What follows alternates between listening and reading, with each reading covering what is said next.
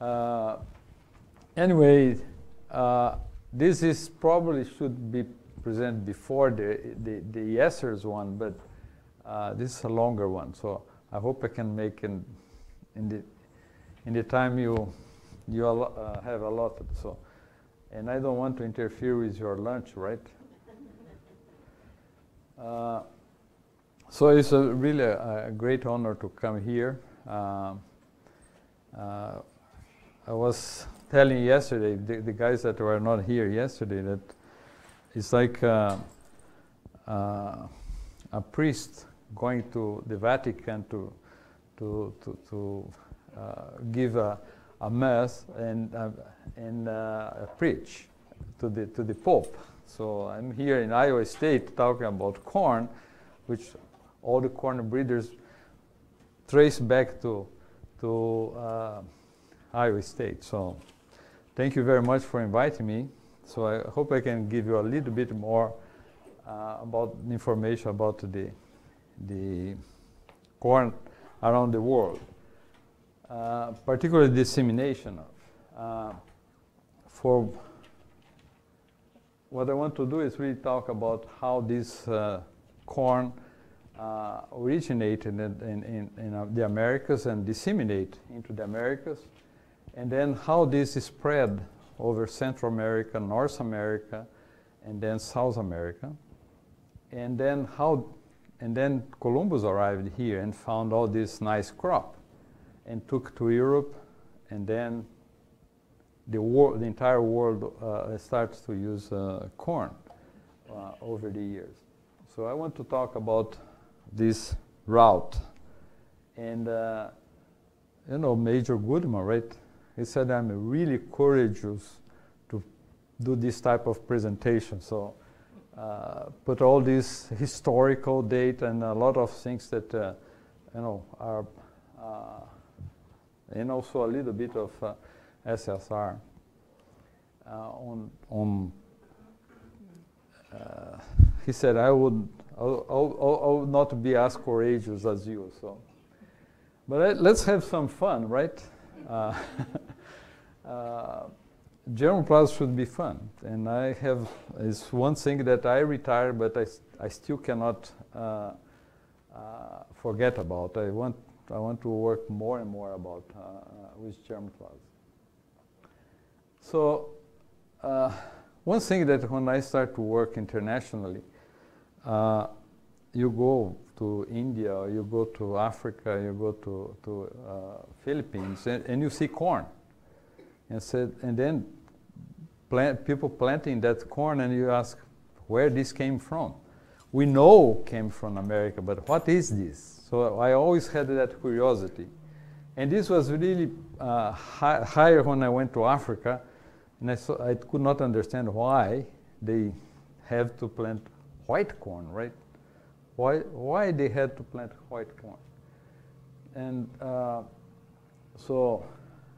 but nowadays, using historical data, and also you're going to see some markers here, we can trace back a lot of this history, and that's what I'm going to try to bring to you today. So everyone knows that center of origin is what we call Mexico and Guatemala today, and this was the center of origin, and is 8,700 before present time. So it's almost 9,000 years from the origin. And there is a subcenter in Peru. So these are all things that you already know. And Van der Haven, I don't know how you say that, but anyway, says that the probably ancestral was Zea Maize parviglumis, and this was grown around between 400 and 1,800 meters in the Balsas region in the southwestern Mexico. And this teosinte was then introduced in the highlands of Mexico and crossed to the teosинtes in the highland of Mexico, that is the Mexicana. From the cross of these two teosinte then starts what we call maize. Was the ancestral maize. And from there, all the corns that we know today were developed from. So when Columbus arrived in 1492, corn was already distributed in the entire Americas, from Gaspe province in Canada to the tip of South America. Altitudes from sea level up to 4,000 meters in the highlands of Colombia, Peru, and Bolivia. And the equator and temperate Canada. Short day in the equator, long day in Canada and the southern South America. All these variation, popcorn, flint corn, dent corn, flour, sweet corn, and all colors you can imagine. White, yellow, orange, red, purple, blue, green, brown, tan. So have you seen green corn? There is some grain that are green. It's the one that is more rare. But really, this plant here, a teosinte plant that had all this branching and these different separate inflorescence, gave origin to this huge plant that today cannot even survive without the man. So in the Americas, all this, everything starts, all this collection of the land races is starting around 1952. Wellhausen actually was the end of late 1940s and then 1950s. But Wellhausen in 1952 released a series of papers describing 285 land races in Latin America. In Latin America and all the Americas. And so only CIMIT nowadays have 28,000 accessions of corn in the headquarters in Mexico. From these races in the Americas, believe it or not, 71 are from South America. And the center of origin, Mexico, is 24 only. So how you can explain that? Probably is the isolation of these Andean countries, and while in Mexico, so a lot of these races were lost after Columbus arrived, till when this was collected in 1950s. In terms of ecosystem, 50% are considered lowland tropical, 10% mid-altitude, and 40% is highland. A lot of variability in the highlands of Mexico, Guatemala, and then the Andean countries in Latin America. Flowery types. Pandy and Gardner, I didn't know that Candy wrote this in 1992, right? They describe 40% of them are flowery, flints are 30%, dents 20%, popcorn 10%, sweet corn 2%. There are races that are sweet corn. So you see all this big variability, and all these are the true breeders. If you think about trying to pick up today a plant that's like teosinte, and I'll tell you, you have 100 years to produce something that's called corn. It's going to be very difficult. Although Ed Buckler says there's only 5 genes, right? So all this time for them to breed, but it's amazing how that how much we own to these Native Americans. So the maize in the center of origin. So Mexico and Guatemala is the region, was really an ideal place for corn to to develop this diversity.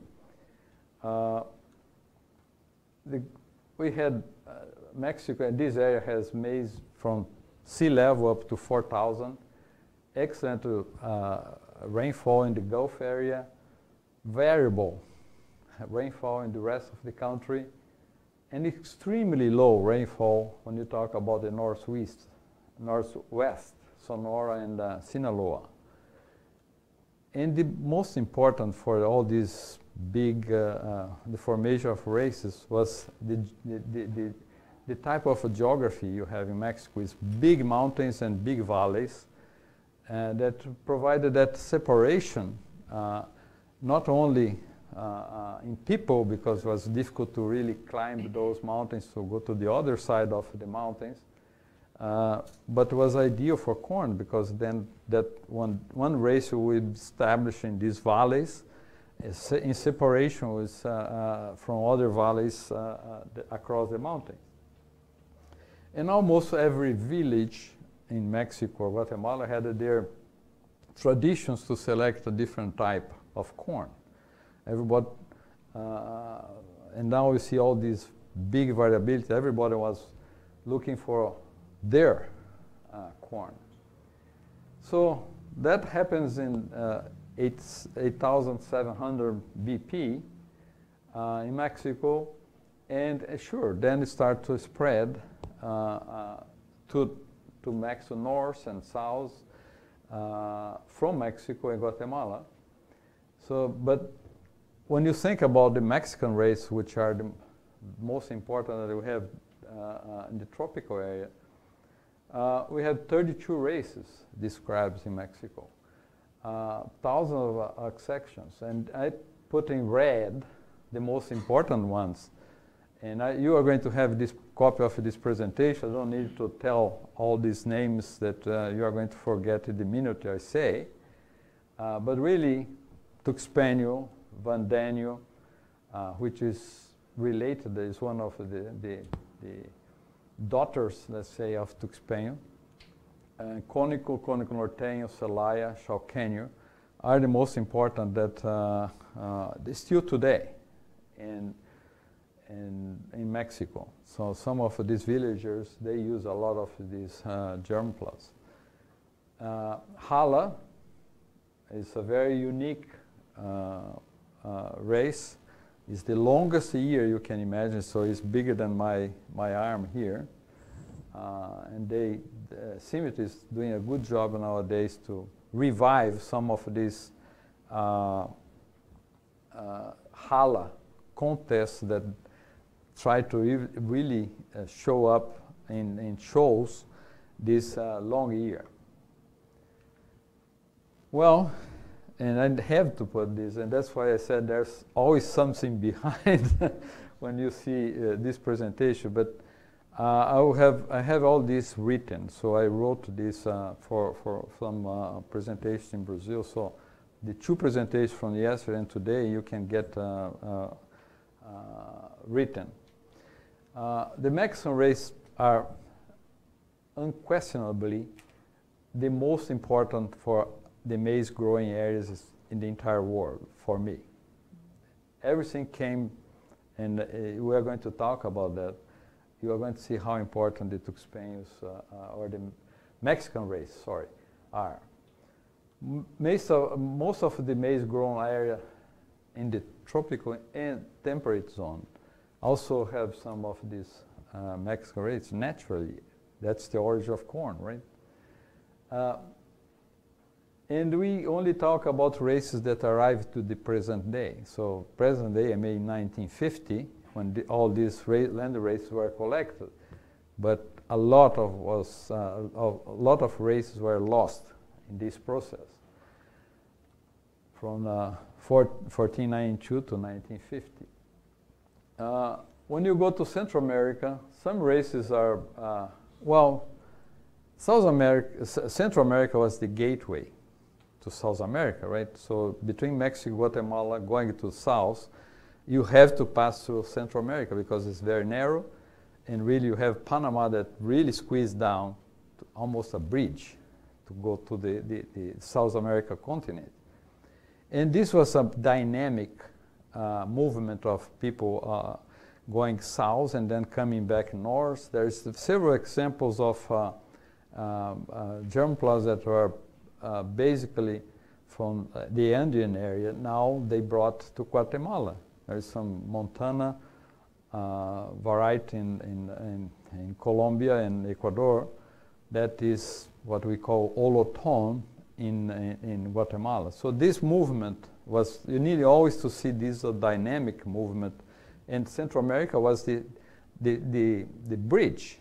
So it's natural that you have a lot of things that are similar to the Mexican and Guatemala, and also something are similar to the South American material. So you have all these tuxpeño that are more materials from Mexico, but you have Clavijo and Salvadoreño that are all, and Chocoteño that are more South American type of germplasm. And then we talk about the bridge. Now we're going to talk about South America. There's basically two routes of dispersion to South America.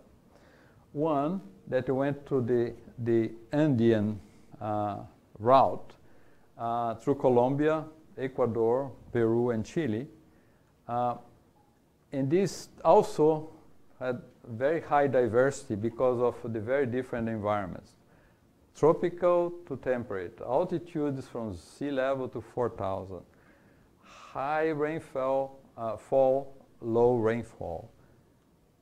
Does it sound familiar? This is exactly what happened in Mexico and Guatemala too. These are the same conditions. But because of the isolation and the Andean are really higher mountains than the ones in Mexico, you had a lot more separation and a lot more isolation. That's why probably we have a lot more races in South America than even Mexico. And Peru is considered a subcenter of origin. So, but the races are very distinct. And the other things that you need to think about breeding, the Andean or the South American races are not very well explored like the Mexican ones. There's a lot of diversity that are untapped on these Andean races, particularly the high altitude races. So that's the South American, particularly the Andean germplasms, have not had almost any impact in the corn growing areas in the world. So you talk about 76% of the races and is untapped. So there's a lot of potential here for a lot of traits to look for and also fishing traits, right? And then we have the East Coast Atlantic route that goes through the coastal. I'm going to show this in a map, so you're going to understand better. That goes to the coastal areas of Venezuela, Guyana, Brazil, and Argentina. And this is completely different environment. You have more heat, droughts, high humidity, poor soils in the north, and excellent soils in the south. Some top soils in Argentina and Uruguay. And I need to mention this because it's going to be important for the discussion of Caribbean. That's the way corn went to the Caribbean, because that time there was no ships that could bridge from Mexico and Guatemala to the Caribbean island. But they came through Venezuela, entering the Caribbean island, and these were spread probably by the Arakwat Native American. So they were the ones that introduced the corn into the Caribbean. But we are going to discuss the Caribbean lately. For South America, it was really two routes. And that's what we're going to discuss now. So there was this Andean route that in Ecuador was, believe it or not, was even before Peru. Was the route to Peru, right? but really the main center of diversity is in Peru. There was many races in this center of origin, like we said.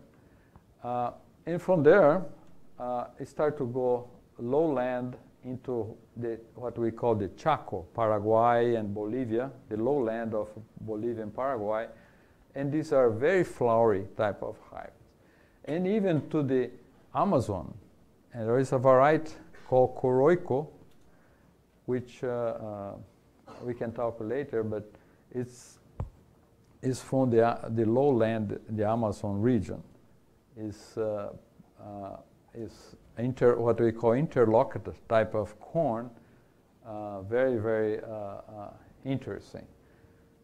And then the other route, the Atlantic route, going to Venezuela, then Guianas, and then that formed what we call the coastal tropical flints. And one of the most important is really the Cateto, the race Cateto in Brazil and Argentina. The Argentinian flints are basically Cateto, or different type of Cateto. And corn, as I told you, when Columbus arrived in America, was planted at 45 degrees south in Rivadavia. So this high altitude corn, look at the amount that I'm listed here, that are important races. And I put in red the most important that are planted, Sabanero, that are in all these countries here. Cusco Cristalino Gigante, that's very specific corn that's planted at 3,000 meters. 3,000 meters is how much? 12,000 feet. So it's very specific. And I'll show some characteristics of Cusco here. And yesterday I told about the importance of this Ecuador 573 that was imported straight from Ecuador and Colombia, and then utilized in Kenya for the highland hybrids to make the corn that is sold in most of the highlands in Kenya, Ethiopia, Tanzania, Uganda, and even a little bit of Zimbabwe. But these are, I put in red the most important ones, but a lot of these are still being planted in these countries. And in the lowland, really there was a lot of different materials here. These flowery races are very important also in Bolivia and the Chaco and Paraguay and parts of Brazil and even the state of São Paulo. But the most important really are the Cateto Sulino, and also in Argentina, Uruguay, Brazil, and Bolivia. These are the interesting to show in terms of variability.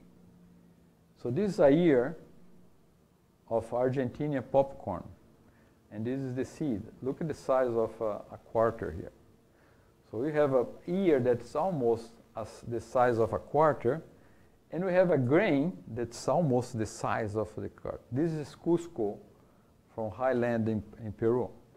So look at the extremely variability you had in Latin America. So that's what I call the mite and the midget and the giant. And this is almost all soft endosperm. You can chew. If you go to the Walmart, you probably can buy those snacks that are large seed. And that's Cusco. Comes from Peru. And well, not only Peru, Bolivia and also Colombia. So the North American race, which probably have most of you know part of this story here. So from the center of origin, then we had you saw corn being moved north and south. And the west of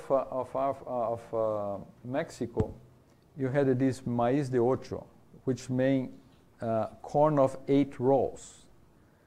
So this was the most important for building up half of what you call corn belt today.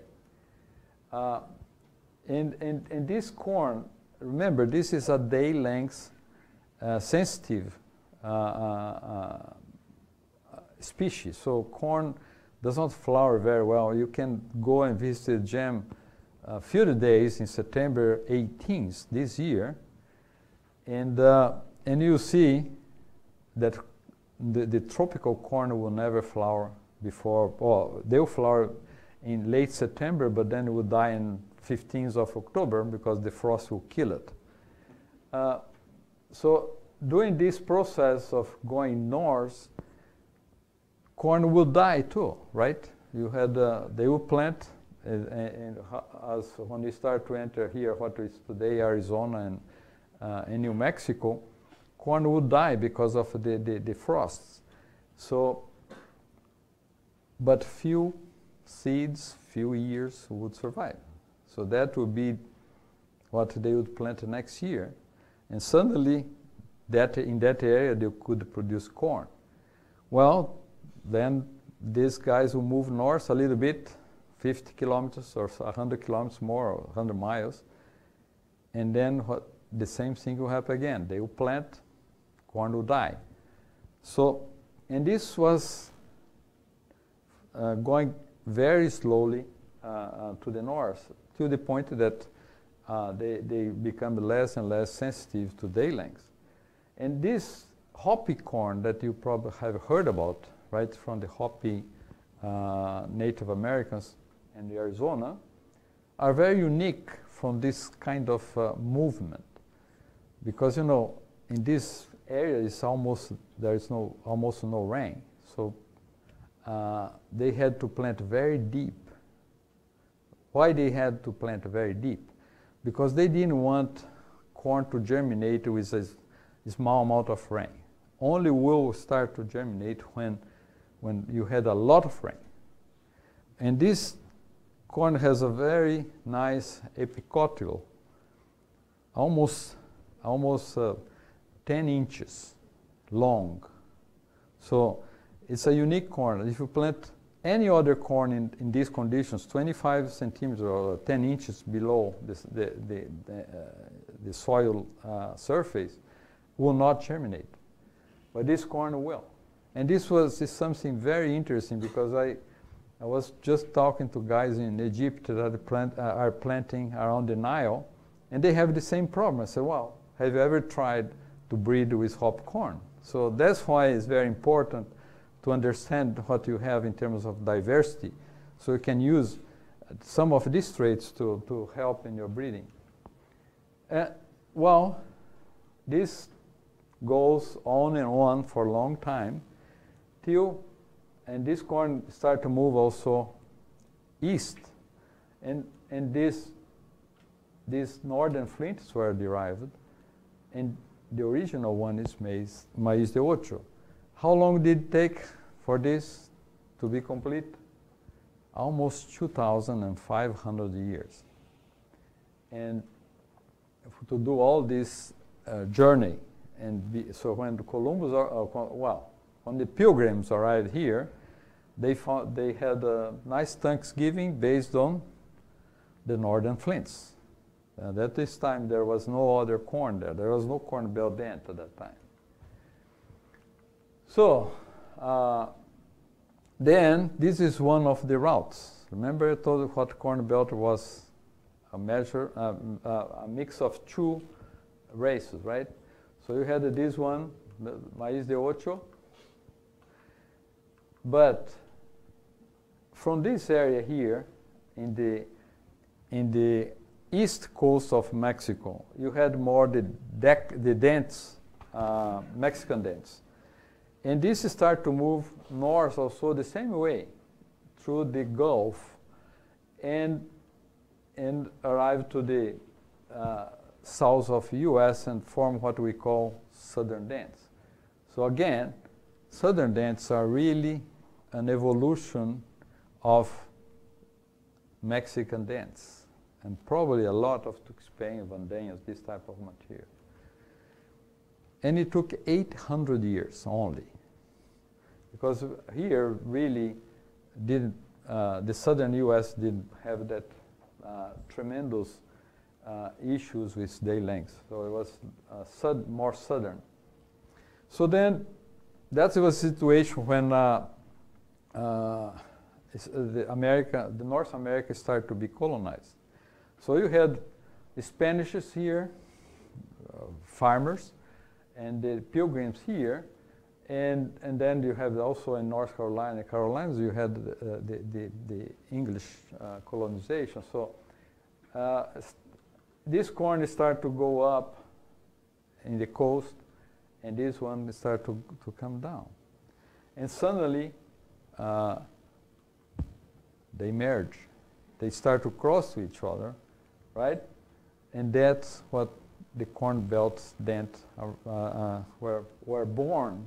So, but you see, you have eight rows flint corn here, probably what we would call today 90-day corn, 95 days.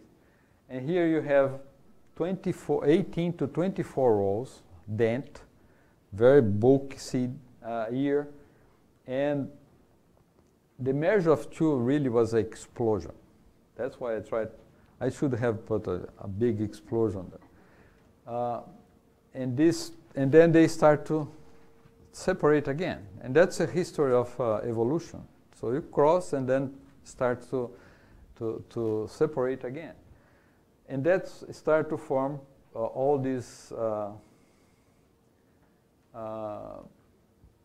different land races in North America. Northern flints and flowers, all these types, great plant flints, Pima papago, all these. So really the southern dents and northern flints were the most important one. And with the measure of these two groups, you had the corn belt dents. So in this entire seed industry now depend on basically this one here. In US, in Europe, in China, in a lot of temperate countries in the world, and also as being a base of a lot of other places.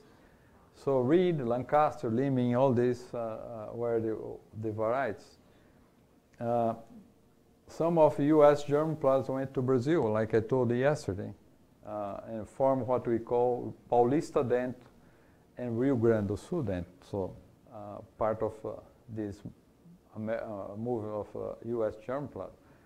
Most of the southern Africa germplasm also traces back to southern dents in US. The Caribbean, well, that's where Colombo arrived. So these were the Caribbean corn, and Columbus then took, this was the corn that Columbus took to Europe. Now we start the movement towards the rest of the world. And then the coastal tropical flints, the Tucson, Cuban flint, and Chandelle are really the most important materials. And one characteristic of the Caribbean germplasm is poor root. You said why the Caribbean germplasm has poor root. And one thing that really was a natural selection is we call them resistant to typhoon or resistant to hurricane. So if you think about a stiff stalk and you have a big wind, it's going to break. But if you have poor root, it's going to lay down, and then after the stormy pass, the lights will come out, and they will lose a neck, but they will produce an ear. So when we start to breed in Philippines, where we went to pick up some materials for Philippines, they have a lot of typhoons, at least 4 or 5 per year. So where we look for variability for Philippines? In the Caribbean. So these roots are really important. So with that, but we didn't want that effect. So we want to get something that's flexible. So, but we found materials in this material from Caribbean that have this flexible stalk. So it bends and then will come back, but still get a lot better root than the original one. And it's excellent disease resistance. So we had an issue with MLN since 2012 in Africa, and working with CIMIT, and Terry Molnar was here, so I worked with Terry, and he asked me, well, where you are going to find a resistance to this virus? I said, well, virus equal Caribbean. So the environment, all the best materials for virus that I know come from Caribbean. And you bet he picked up all these materials from the Caribbean. He found several good sources for MCMV, which is one of the viruses of MLN. So the route for other continents. So I told you that Columbus brought to Europe, and I base all these presentations from now on in a lot of history, a lot of books that tells about how the corn spread over over the world. But this was something that I did since 2000, and I read and I wrote a lot about this and presented. So Sylvia, Julia saw this presentation already in when? 2014 or 15. And then in 2013, this mirror, and I have this paper too, I can give you the reference, did all the fingerprint, trying to relate all these races around the world to the Americas. So I'm going to go back and forth between both ideas. One is the historical and then the markers. So Columbus certainly took this corn in the second trip. There is probably in the first two, but there was no historical data supporting that he took in the first trip. But in the second one, there was a historical paper saying that that was what happened. And then after Cortés defeated the Aztecas and Mayas, the Mexican and Guatemalan maize also started to be spread by the Spanish. And then when Pizarro destroyed the Incas, also the race from Latin America was brought to Europe. Initially was treated as a curiosity. What is this plant? It's more a curiosity.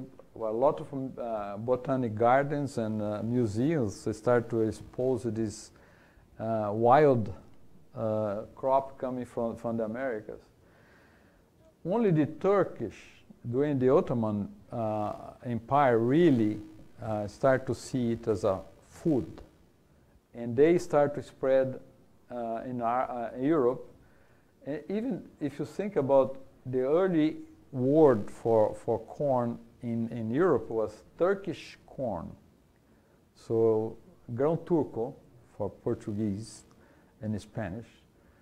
And also the Spanish also introduced Argentine and Uruguayan flints. If you look at this Italian and Spanish flints, they look very, very close to the Argentinian flint germplasm.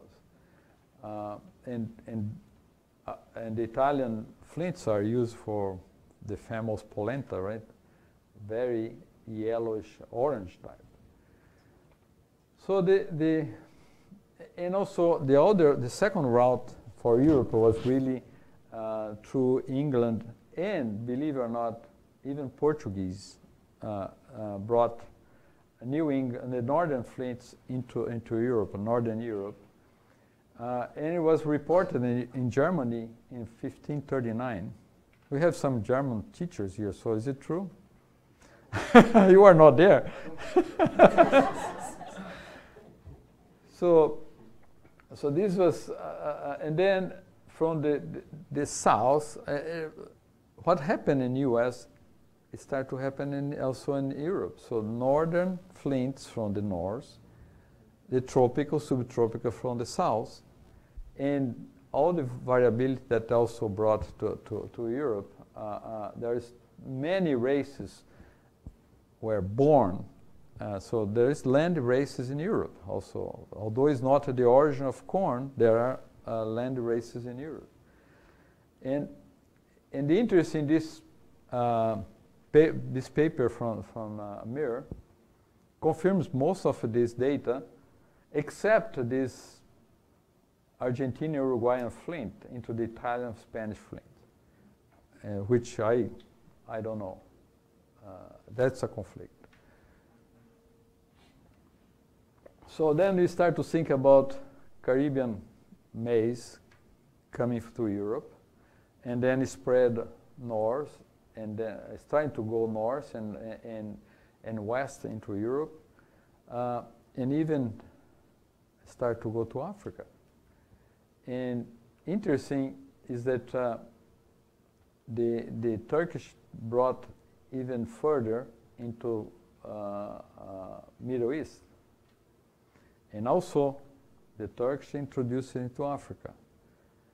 All this is historical data. So, and then for the north, you have New England coming, New England flints being introduced, and then into England, England, and then Germany, and North Europe. And the Turks took it to Asia too. So the Turks really were very important in disseminate this crop to Europe. And if you think about today, Europe is really an extension of North America in terms of corn belts are really widely used in grain areas, and there is a big movement back and forth between Europe and U.S. in terms of germplasm for grain. It was true before the hybrid era and also intensified in the hybrid era. And then you have some unique maize, the North European or flints or alpine flints are really important for the silage type of hybrids. It was a very important inbred for making silage in Europe. Was this F2 is a inbred name. It's not the F2 that you're studying here in the school. And this inbred was really important for more than 40 years, from the 60 up to 2000. And nowadays they have a better one, but for a long time it was really the one for silage. And then you have Southern European flints and the Mediterranean types. Africa. So, when Columbus discovered America? When? So look, took only 25 years for corn to arrive to Africa. So it was reported in Egypt in 1517 and Ethiopia in 1526. But there are two main routes of dissemination. The European route I told about Spain, the Caribbean, going to Africa, and Mexican dance too, because of the Spanish. And also the Turkish, going the other way. So by the time the Turkish introduced, probably was something more adapted, or at least day lengths, with less day lengths. But the most important for Africa is really the Portuguese. So you have the maritime routes that they introduced maize in the Azores, Cape Verde, Senegal, Gabon, by 1526. In the west coast of Mozambique and Kenya were also introduced by the Portuguese. And also, I think this corn was mostly Cateto from Brazil and Argentina. At least there is some historical information from this McCann that confirms that. And the word maize in Africa is milli, which is very similar with how we pronounce maize in Portuguese, milho. So milho is in Portuguese, and the African name for corn in South Africa, right, Julian? Is milli. So it's very close. So there is that also confirms the Portuguese influence there. So although maize was spread all over Africa, was never a main crop till the introduction of the southern dance in southern Africa in the late 1800s, early 1900s. And then the South Africa germplasm introducing from South Africa went to Kenya in the mid 900s. So then that's when corn became more important than sorghum or millet or other sources of food. And then we had the introduction of Ecuador 573 again. This is third time I talk about this. Huh? And K64 from Kansas, Pride of Salinas. So all this really provoked a boom in the Africa continent and made the corn really be important. Today maize is a food crop in Africa. It's the main food. And the hybrids are everywhere. So here this Spanish and the Turkish route, and then Caribbean, Mexican dance, and then the Portuguese route. You see how important these are guys that are really good navigators. So they went all over the Africa, and you see the same in Asia too. Cateto, coastal shrimp, mealies. So Montana. So recently, really, CIMMYT plays a big role in Zimbabwe, Kenya, Ethiopia. A lot of pools, but you know, CIMMYT developed all these inbreeders from the base germplasm they developed over the 30 or 40 years. And most of the population have a mix of Cateto, Caribbean and Tuxpan and Mexican dance, because they want to build up the highest yield for the variety. There are few exceptions. All these populations are what I call pure in terms of ratio. So population 21, 43, and 49 are basically Tuxpanos, and population 32 is basically Eto with something else. But at least these are the in ratio background. So, and if you look the most important inbreeds from CIMMYT, you see that a lot of those most important inbreeds came from these that are more pure. So this is really important. The heterotic groups are very important. And then we have IATA in Nigeria, also integrated now with the CIMMYT. They are working together. And the seed companies are everywhere, and they use everything. So then we see nowadays, Mir et al. Confirm all this by SSR. Very nice. And the only thing that didn't match very well with the history was that they really tells that most of the material, the germplasm that was introduced in Venezuela, in the west coast of Africa, came from Venezuela and Colombia, which doesn't make sense. Portuguese, these are Spanish areas. This time they were always conflicting to each other, so it was difficult to understand why they would pick up Colombian or Venezuelan materials, but maybe because of their trading slaves. So the Portuguese were very high on trading slaves between Africa and the Americas, so maybe they collect that too.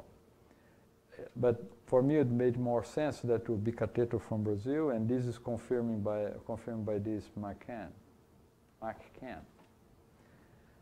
Then Middle East and Asia, and I have only 12 minutes to talk about that. There was a continental route that was, again, the Turkish Muslim going to Mecca for pilgrimage, who take corn and trading with the Far East. And again, the Portuguese introduced maize in Goa around 1510, and the Bay of Bengal, which is Bangladesh today, around 1536. And sometime in the late 16th, probably introduced maize in China when they established the Macau possession. When I look at this paper here, the races in the Middle East resembles more North American races. Southern Dents and Corn Belt Dents instead of the Caribbean, which was the earlier introduction. These established a more modern, recent introduction that probably eliminate those early introgressions. So the corn today is more close to the southern U.S. And Corn Belt Dent than this from the tropical material. And the strong dissemination of the Mexican dents in the Eastern Asia, that also the Spanish, don't forget, Spanish were the conquerors of Philippines. So they introduced, by also traveling to these areas, they introduced a lot of Mexican dents. But this was a second wave, was the one that we compare the races that are still in the ground today with what happened in the past. So then you see early 1500s, the Turkish route, then the Portuguese route,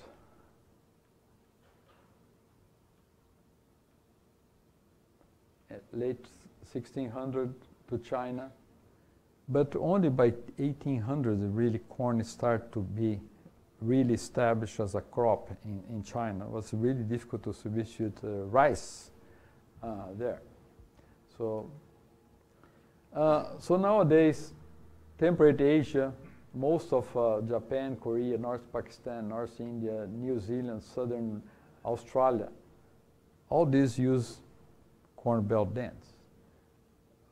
China and India, sure, they do their own breeding, but most of the other countries here really rely on seed that are sold direct from the U.S., from seed company.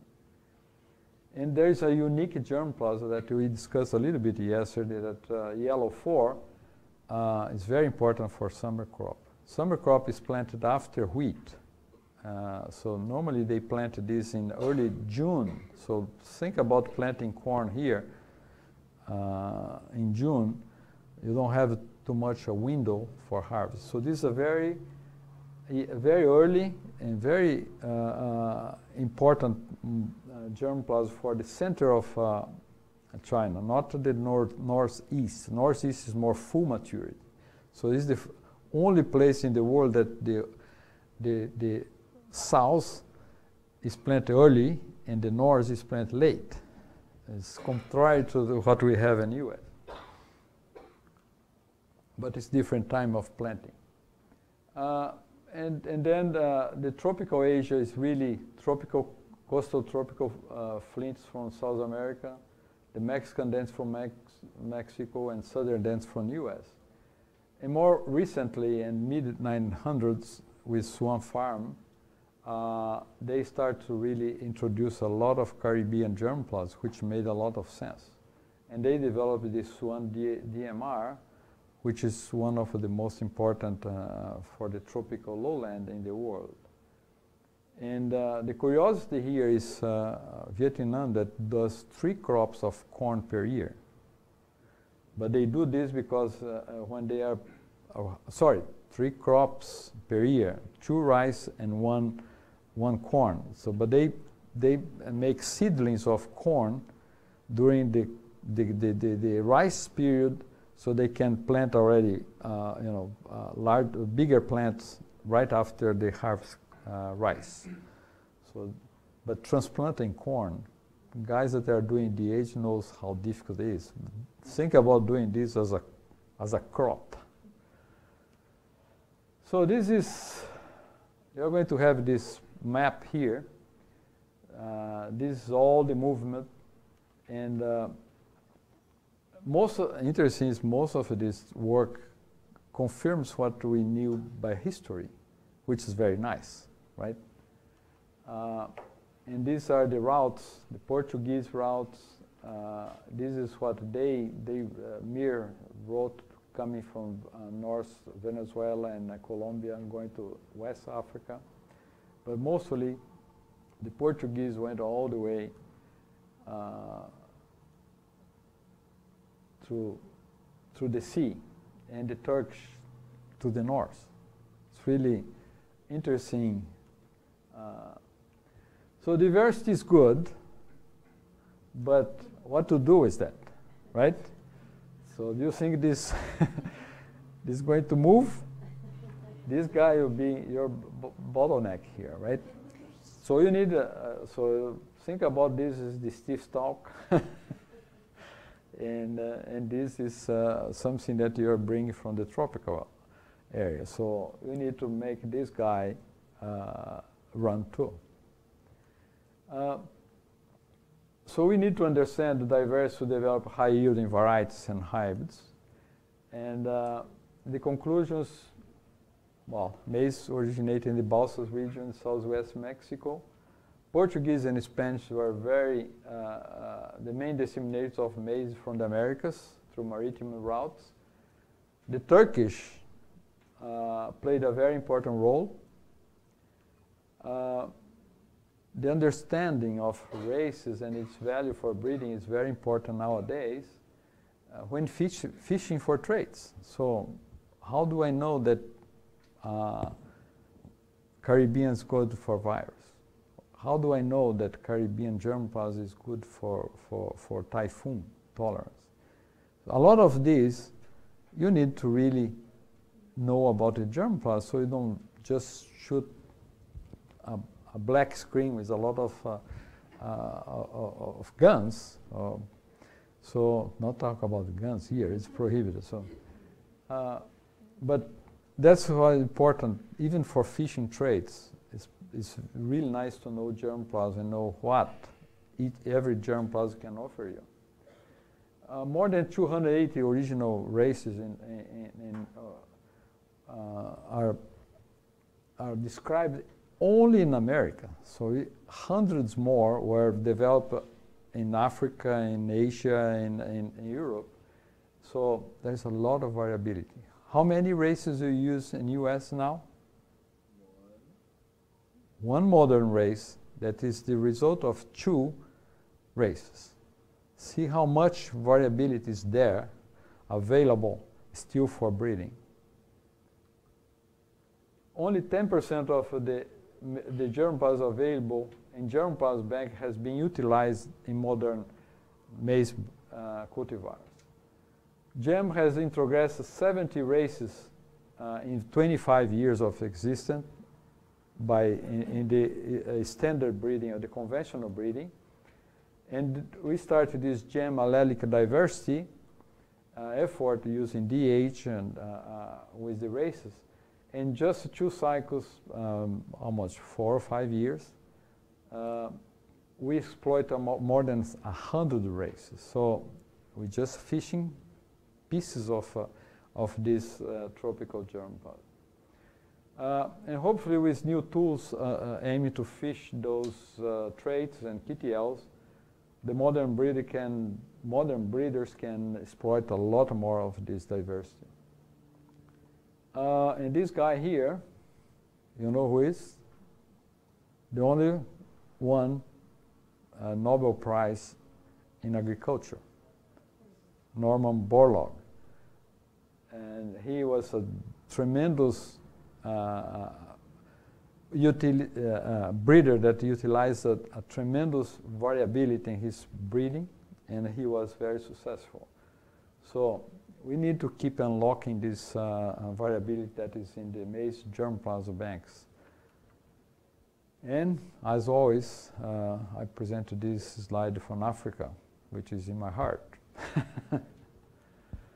Thank you.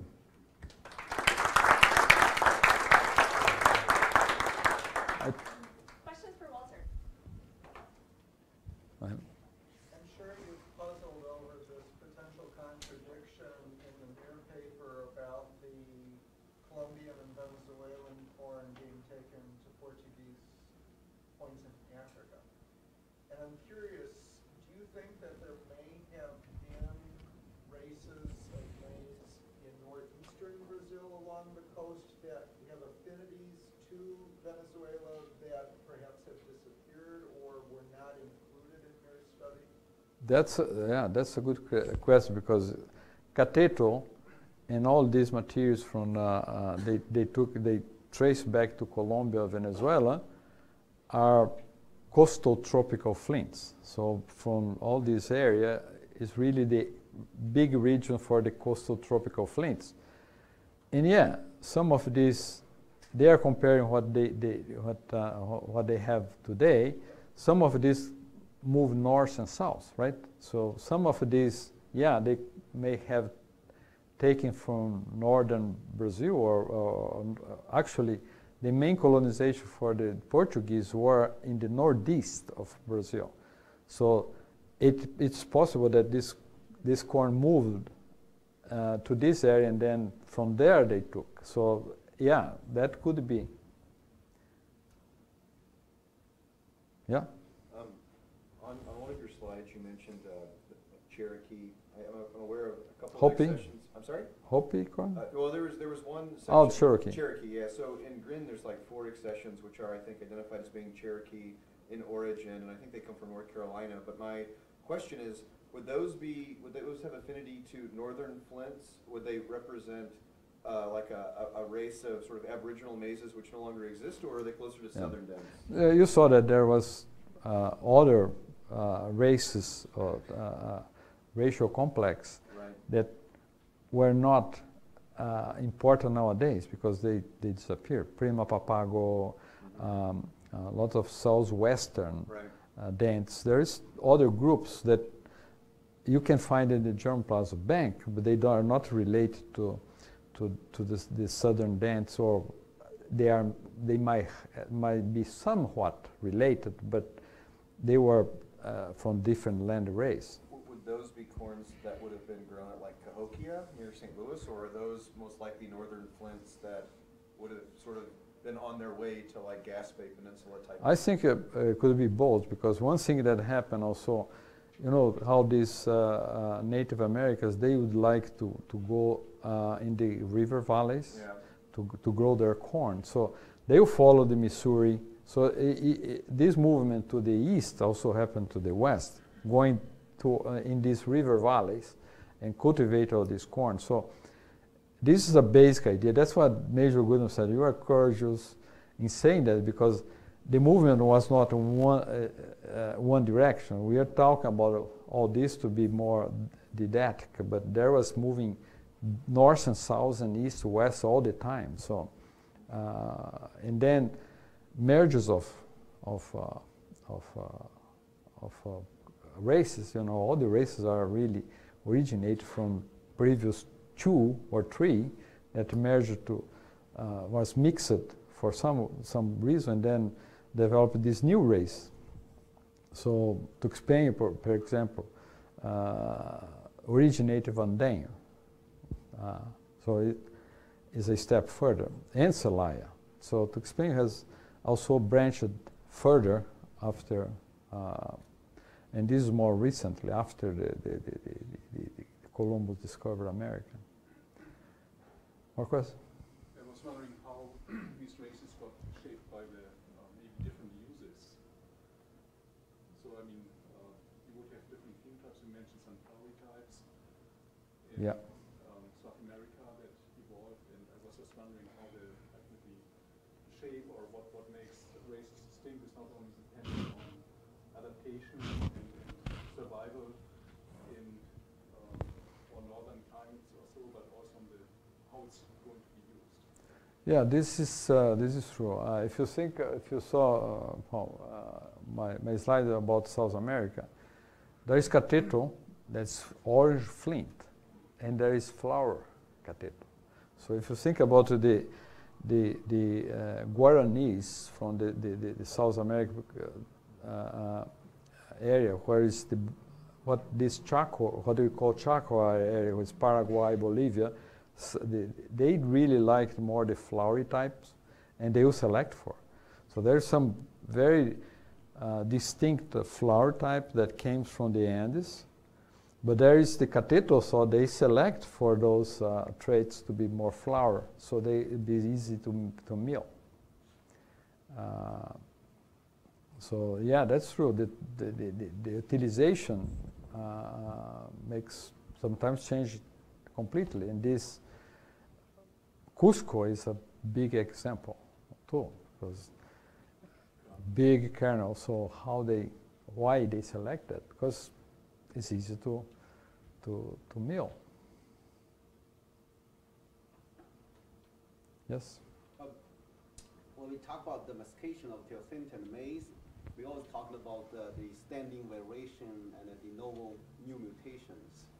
As this maize being moved around, what's your general quantification that how much variation was already stored in the seed that mixed open pollinated varieties as that new mutation generated along the selection of hundreds of years? Oh yeah, so this was very common. So if you think about, for example, I'll give you an example. One Tuxpenho and Vandenho. Tuxpenho was really more on the east coast, and Vandenho was more on the west coast. So these were traits that are very important for this adaptation. And that separation, if you see Vandenho today and Tuxpenho, they are quite different because they accumulated mutations that were completely isolated on the east and west coast. So they are distinct today, but was a result of mutations, the recombinations and selection in that particular environment that discriminated these two different dens nowadays. But yeah, it's always recombination, and new mutation happen and is recombined again with that material that are isolate. That's the importance and that's why those geographical difference in altitude and latitude provided that environment that something happened and they see it, they'll take it and make it. If it's good, it's better, they will keep it. If not, they will be discarded, right? And a lot of this I didn't say, but a lot of those corns is linked to the religion also. So they would select a basket of the best years that they could find, and they would offer to that god, or one of the gods they had, and this was the corn that was preserved, was in the protection of this god for the next year to be planted. So that's a way in the end they select. So so you have a lot of religion and tradition and usage, a lot of these interacting together. So it's not only breeders. They were not breeders. So they want to have a better corn, but they didn't have any training for, I'm going to produce this type of hybrid, or the hybrid or land race. So there's a question? Yeah, so archaeological maize lines I've seen from the American Southwest were very small, probably yellow, I'm guessing physically small plants.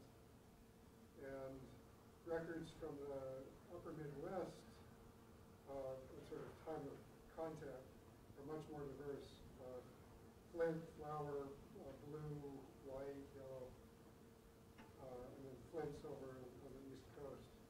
So I'm wondering if it seems that there was a phenotypic bottleneck going through the Southwest and then sort of selection for diversity as it went north, or if there was, I don't know, more diversity in the Southwest.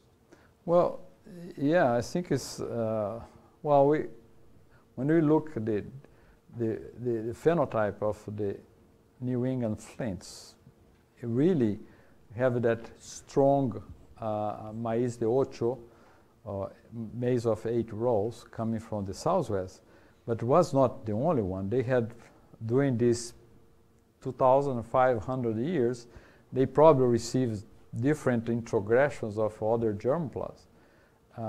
And that's why you explained the variability you have, as you had enough variability to really select different types of northern flint. So New England flint, the Longfellow, all these races of this complex. Go ahead. Are there examples of, so I'm thinking of like Hickory King, so it's a southern Yeah. dent, it's white, but it has 8 rows. Are there examples of Texpeños that have 8 rows, or is that the result of admixture between the 8-row northern flints that we just don't recognize as having happened in the material that we call Hickory King today? Yeah, I think that I don't think Hickory King has any of those northern flints.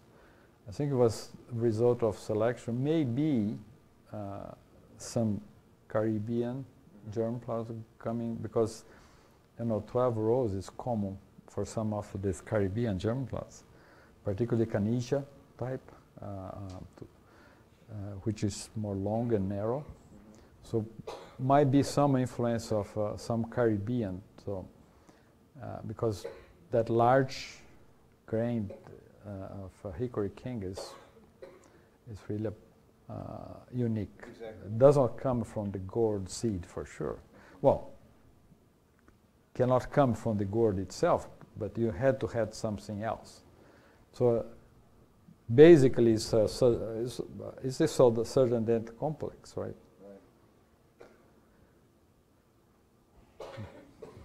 Which traits, other than those that you deeply discuss here in academia, such as like shorter plants and compact structure, you believe that they have promise to increase yields, like other than those commonly discussed? Can you think of? Well, there are several. One that come to my mind is, and this was a research that was done in the 70s. There is a latent gene.